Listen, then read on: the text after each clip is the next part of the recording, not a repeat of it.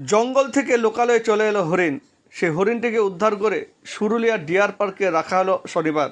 জানা যায় বলরামপুর রেঞ্জের ঘাটবেড়া কেওড়া বিট অফিসের ভালিকা গ্রামে শনিবার সকাল নাগাদ জঙ্গল থেকে একটি হরিণ ঢুকে পড়ে গ্রামের মধ্যে।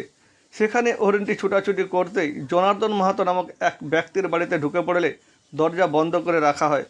পরে বলরামপুর থানার পুলিশ ও বন দপ্তরের কর্মীরা গিয়ে হরিণটিকে উদ্ধার করে পুরুলিয়া শহরের উপকণ্ঠে ডিয়ার পার্ক মিনি জুতে সে হরিণটিকে আনা হয় এবং সেখানে তার প্রাথমিক চিকিৎসা করার পর তাকে পরিচর্যা করার জন্য রাখা হয়।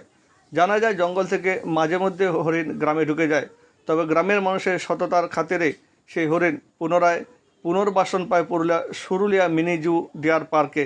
এবারও তাই হলো। জনার্দন মাহাতোর এই মহান কাজের জন্য বন দপ্তরের পক্ষ থেকে তাকে সম্বর্ধনা দেওয়া হলো বলরামপুর রেঞ্জ অফিসে। জনার্দন মাহাতো খুশি এবং প্রতিক্রিয়া দিয়েছেন তিনি।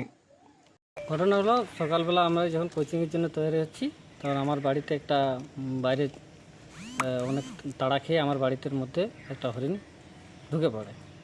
আমার পাশের মধ্যে আমার কাছের দিয়ে যাচ্ছিল, সেটাকে আমি ধরে ফেলি এবং আমি আমার বাড়ির মধ্যে আটকে রাখি। তাদের বন দপ্তরকে খবর দিই, স্থানীয় প্রশাসনকে খবর দিই, তারা আসে আমার বাড়ি থেকে সেটাকে উদ্ধার করে নিয়ে যায়। কখনো ঘটনা এটা সকালবেলা বন দপ্তর থেকে এই সম্বর্ধনাটা দিল। আচ্ছা।